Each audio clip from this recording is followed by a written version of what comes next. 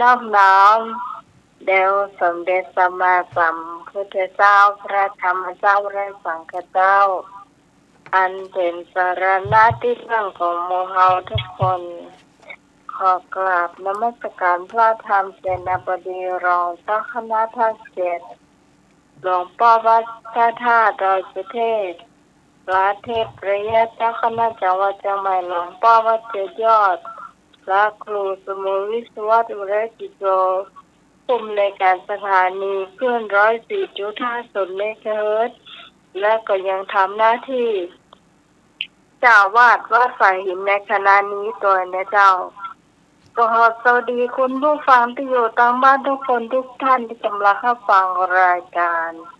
ธรรมะคลายเครียดประจำวันที่4เดือนธันวาคมนะเจ้าวันนี้วันอาทิตย์เดือนแรกนะเจ้าอาทิตย์แรกของเดือนนี้เรากลับมาพบปะกันเหมือนเช่นเคยเจ้าโดยมีข้าเจ้าพี่สมัยสุริยดอนเจ้ามาเป็นผู้ดำเนินรายการในช่วงนี้เจ้าแล้วก็พร้อมทั้งทีมงานธรรมะคลายเครียดทุกคนเจ้าตอนนี้พบปะกับท่านสมากรและเจ้าขอความนอบน้อมของข้าพเจ้าตรงนี้แด่องค์สมเด็จพระสัมมาสัมพุทธเจ้าพระพุทธพระธรรมพระสงฆ์แค่อันประเสริฐสูงสุดเพียงที่พึ่งที่อาศัยตลอดถึงพระอรหันต์พระสาวกทุกรูปตลอดถึงครูบาอาจารย์พระมหาเถรานุเถระกราบด้วยความเคารพอย่างสูงยิ่งขอถวายความเคารพพระครูปริยัติยานุศาสตร์หลวงพ่อพระครูโกศิษฐ์ปริยัติยาภรณ์หลวงพ่อพระครูสมุวิศวะวรกิจโจหลวงตากีดพระอาจารย์นิพนธ์ตลอดถึงพระอาจารย์สมณเณรอาจารย์เอาลักษณ์ครับนมัสการครับครับผมแล้วก็โยมพิสมัยหัวหน้าคณะธรรมะคลายเครียดพร้อมคณะเนาะเจ้าหน้าไม้ลุงหน่วยตัวเน้อครับผมกราบนมัสการครับเจ้าท่านผู้ฟังทางบ้านอยู่บ้านนอกก็ดีอยู่ในเมืองก็ดีต่างจังหวัดต่างอำเภอทั่วประเทศก็ดีก็ขอเจริญพรสำเร็จแล้วเจ้าขอกราบนอบน้อมอย่างกุลปฏิทาไรรัตนาผ่านแผ้วพระเจ้าเจ้าต่างๆประการหมายมีพระพุทธพระธรรมพระสงฆ์อันเป็นสารณะที่เปิ่งของหมู่เฮาต่างหลายขอกราบไว้สาบุญญาปรมีธรรมท่านอาจารย์ท่านพระครูสมุวิสุวะพระกิจโจเจ้าอาวาสวัดป่ายหินองค์ใหม่ของเฮาสิงพร้อมไปด้วยท่านครูบาอาจารย์ท่านอาจารย์ท่านพระครูสมุวิศวะพระกิจโจผู้อำนวยการสถานีวิทยุคลื่นพระพุทธศาสนาการศึกษาและวัฒนธรรม104.50 เมกะเฮิรตซ์พร้อมไปด้วยท่านครูบาอาจารย์พระสงฆ์องค์สังฆเจ้าภิกษุสามเณรทุกรูปทุกองค์ที่ท่านได้เปิดวิทยุขับฟังอยู่ต่างวัดต่างวาด้วยความเคารพอย่างสูงสุดยิ่งครับผมนมัสการท่านอาจารย์สมัครยานศรีโลผู้ช่วยเจ้าวาดครับผมครับผมครับผมแล้วก็สวัสดีท่านผู้ดำเนินรายการสวัสดีโยมพี่พิสมัยเจ้านมัสการเจ้าพร้อมกันนี้ก็ขอสวัสดีลุงหนุ่ยเนอะครับผมกราบนมัสการครับเริญพรศรัทธาญาติโยมทุกท่านรายการธรรมะคลายเครียดมาแล้วมาปะกับคณะศรัทธาญาติโยมเหมือนเช่นเคยทั้งวันเสาร์วันอาทิตย์วันนี้ก็วันอาทิตย์ที่4แล้วเนาะวันอาทิตย์ที่4วันวันพุธนี้ก็เป็นวันสำคัญเรียกว่าวันชาติหรือว่าวันพ่อแห่งชาติวันพุธนี้นะบางสถานที่ราชการมันก็จะมีการทำบุญตักบาตรวันพุธนี้โรงเรียนก็หยุด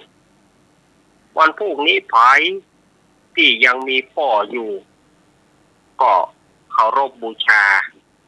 ไผที่พ่อบ่มีแล้ว ก็ไหวเอาคูณเปิ้นนึกถึงคูณเปิ้น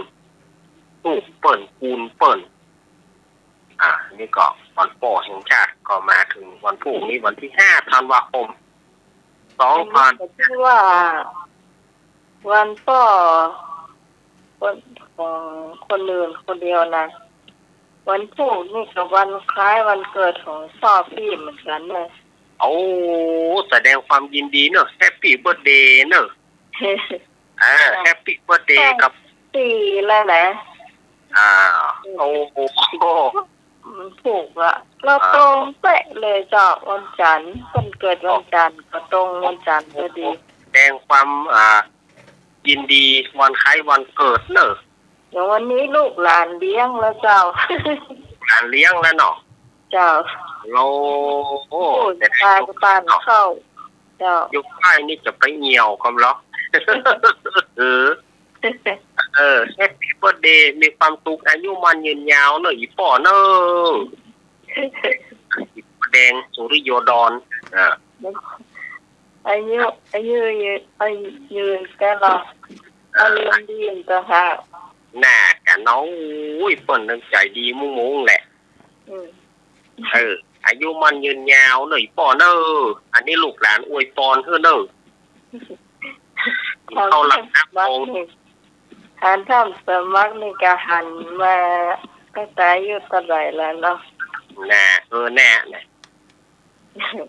ท่านสมัครมาหนึ่งเหรอพ่อใจดีพ่อใจล่มพ่อใจจื่นใจบานพ่อใจจื่นใจบานเจอลุงสิครับเจอลุงหนุ่ยได้ทักทายสถานอย่างไอ้หนุ่ยจะหูจักดีครับผมตามไว้ตามว่าองค์นี้เข้าลูกตัวองค์ลูกนี้นะครับตามไว้จากอาจารย์สมุทรพิชวรปฏิโตครับผมเจ้าวัดผู้ช่วยท่านสมัครครับผมลุงหนุ่ยอาจารย์โมราครับสวัสดีหนุ่ยวันนี้ที่สมัยครับผมธรรมะคลายเครียดทุกท่านทุกคนนะครับวันนี้วันติดวันอะไรอย่างวันสีแดงเราเนี่ยครับสีแดงBeautiful Sunday โอ้หลอกลุยโอ้ครับซันเดย์สีแดงสดแปะพ่อแดงก็เลยครับพ่อแดงขอแข็งแรงสุขภาพแข็งแรงครับโอ้แต่จิตไปพ่อจะทำไม่เหนื่อยคนเดียวเตอร์หรอกว่าเป็นคนจะได้ยุ่งย่างนะพ่อแดงนะก็ไม่ติดนะครับโอ้เกิดตัดวันที่5กันนะเล็กบันไดนะครับถ้าสติ๊กเดียวเสาะนั่นฮือเสาะนี่ฮือนะคะดอกกันเนาะโอ้เปิดแข็งแรงเนอะพ่อปุ๊บปักอะตั้งนะจืดหัวแล้วพ่อครับเจ้าลูกหลานเลี้ยงเจ้าครับนี่ลูกเดียลูกหลานหลายเจ้าแต่ดีเหรอพ่อโอ้ยังมาหม้อครับ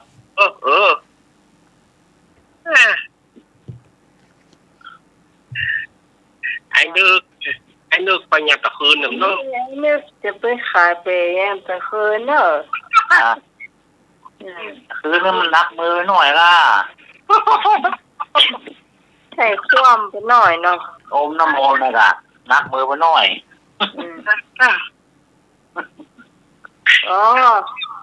ตะคืนเตรียมพายหวานตีนจำเป็นเอารักกับพันสมัครอาจารย์มหาสมชาติต้นตรวจอย่างก็ชยันโตโอ้พี่มาเสียดายบ่เสียดายเนี่ยท่านก่อนลงได้ฟังเห็นหน่อยเดียว